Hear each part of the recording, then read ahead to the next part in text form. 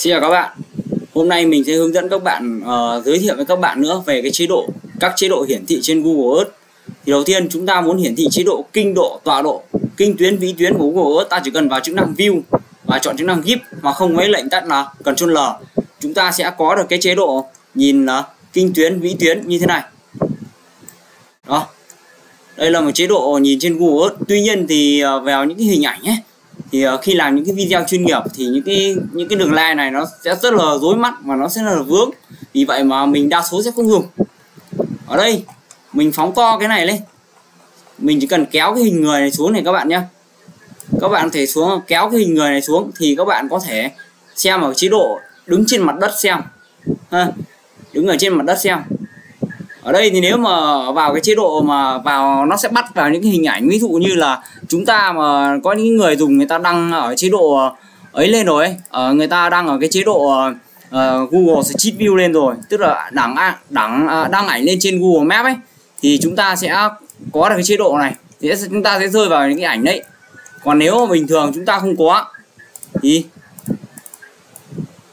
đây, ví dụ như nếu kéo vào cái địa điểm đấy thì nó có cái ảnh 360 độ gần nhất ấy, thì nó sẽ bắt vào cái phần mềm đấy cho các bạn. Còn khi chúng ta kéo nó vào cái khu vực này, đây, khi chúng ta kéo nó vào khu vực này thì chúng ta sẽ tương đương với cái vị trí mà chúng ta đang nhìn ở trên mặt đất, sẽ tương đương với vị trí chúng ta nhìn ở trên mặt đất đây. Rồi thì đấy là cái chế độ nhìn dưới mặt đất của Google Earth.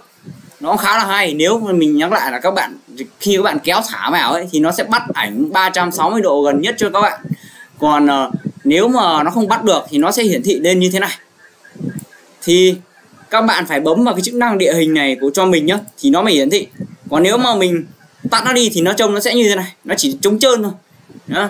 Còn khi các bạn phải bấm vào chức năng địa hình này ra thì Google Earth nó mới hiển thị lên cho các bạn là hiển thị chế độ như mặt đất của chúng ta. Ở đây muốn thoát ra cái chế độ này thì các bạn ấn vào cái exit đó, cái exit vừa rồi mình exit, bấm các bạn ấn vào exit và sau đó các bạn ấn cái nút trừ này, ấn nút trừ liên tục cho mình. Đó. Thì chúng ta sẽ thoát ra về cái chế độ bình thường. Còn bình thường bạn muốn tắt cái này đi, đúng không? Ví dụ như mình muốn quay một cái video về bất động sản hoặc video về địa lý lịch sử ấy, nó thêm khi mà mình ghi hình lại nó có những hình người như này rất là vô duyên, đúng không? Nó rất là chật chội thì mình có thể tắt nó như sau. Mình vào view, mình chọn chế độ show đây, show navigation đi, mình ấn vào never phát. Đó, nó tắt luôn. Đấy, đấy là trên Google Earth thì nó như vậy. Còn thứ hai nữa là ví dụ như ở đây mình ra xa nữa, thêm một số chức năng ở view đi thì các bạn có thể khám phá. Ví dụ như các bạn ấn vào chức năng mặt trời, đó thì lập tức nó mới hiện ra cái vị trí đang ngày đang đêm. Ví dụ như ở Việt Nam mình bây giờ đang là ban ngày, mình bấm vào cái chức năng mặt trời thì nó mới hiển thị lên cho chúng ta. Còn không bình thường nếu chúng ta làm video thì cũng không cần thiết về cái chức năng này, chúng ta có thể tắt nó đi thì lập tức là cả trái đất sẽ là ban ngày chứ không còn theo cái thời gian thực nữa. Chúng ta có thể chọn vào cái chế độ trái đất lịch sử. Khi chúng ta nhìn ở chế độ lịch sử, ấn view, ấn vào hình ảnh lịch sử đây, chức năng hình ảnh lịch sử thì chúng ta sẽ có thể quay video Google Earth, tức là làm những cái video ở cái chế độ hình ảnh trái đất lịch sử.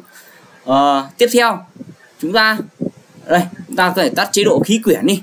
Đây là chế độ atmosphere, chúng ta tắt cái chế độ khí quyển đi. Thì đại loại là các bạn chỉ cần vào view và ấn một số các chức năng, tắt nó đi, mở đi thì các bạn có thể khám phá thêm. Thì mình ở đây thì hôm nay thì mình giới thiệu qua như vậy. Thì đây, bạn thích làm video chủ đề về địa lý, về lịch sử địa lý hoặc chủ đề về kinh tế, thì hoặc những cái hoạt hình vui ở chế độ nào của Google Earth thì chúng ta có thể lựa chọn ở chức năng view nhá. Ở đây mình sẽ bật lại chế độ khí quyển và tắt chế độ lịch sử đi.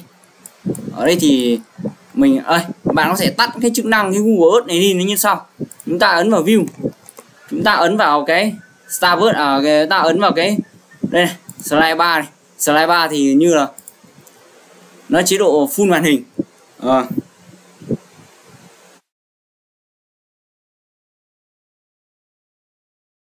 Và nếu các bạn muốn làm video nó ở gọi là cái màn hình này nó thoáng hơn thì tốt nhất là các bạn tắt hết đi. đa phần là chúng ta ấn vào cái over map view đi thì lập tức là cái địa hình vật lý này nó sẽ bị tắt đi. Ta ấn vào cái thanh này đấy, chúng ta ấn vào cái view tắt đi cái start bát này thì nó sẽ tắt hết cho chúng ta, đa phần là chúng ta sẽ được tắt hết đi. Thì khi một số các video về chuyên nghiệp ấy thì thường người ta sẽ tắt hết những cái ký hiệu này đi.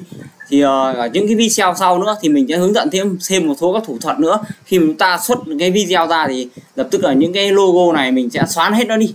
Ở đây nữa thì tiếp theo là chúng ta sẽ thêm như nào, chúng ta sẽ thêm vào cái chức năng là chúng ta bật cái địa hình này và chúng ta có bấm vào đây, chúng ta sẽ hiển thị được cái vấn đề là địa lý, quốc gia, tên địa điểm. Ấn ta đây, ấn thêm vào tên nữa, chúng ta thêm chức năng ảnh nữa và chúng ta thêm chức năng đường thì lập tức là tùy vào dữ liệu mạng của bạn đấy thì lập tức là đường nó sẽ được hiển thị lên. Đó, ở đây mình sẽ tắt hết đi. Ví dụ như đây mình tra, đây bạn muốn tra một cái địa điểm nào đấy chẳng hạn thì các bạn ấn vào chữ ấy thôi, Lăng Chủ tịch Hồ Chí Minh chẳng hạn, đấy mình sẽ ấn search vào đây. Như các bạn thể thấy thì đây khi chúng mình xoay ở chế độ nhìn như thế này thì các bạn muốn hiển thị cái khung hình 3D thì chúng ta phải ấn vào cái tòa nhà 3D, chức năng này 3D này lên thì lập tức thì nó hiển thị lên cho chúng ta. Đây. Đó, khi chúng ta bấm vào đây chúng ta mới được cái chế độ hiển thị như thế này. Đây. Còn nếu mà chúng ta ấn vào cái chức năng 3D building này thì lập tức là nó sẽ bị tắt đi. Bật mở vào bằng chức năng này. Và weather thì là thời tiết rồi. Chúng ta có thể xem chỉ số thời tiết vân vân. Đó, thì more thì nó sẽ thêm chi tiết khác nữa.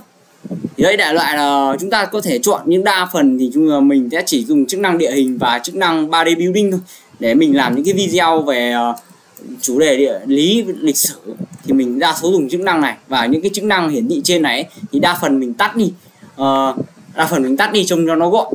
Đây, như cả plate nên mình cũng tắt đi trông cho nó gọn. Thì tiếp theo nữa chúng ta có thể thay đổi cái phông của cái hiển thị trên Google Maps nhé, trên Google Earth này. Ví dụ như chúng ta vào tool, này, chúng ta vào option, chúng ta vào chế độ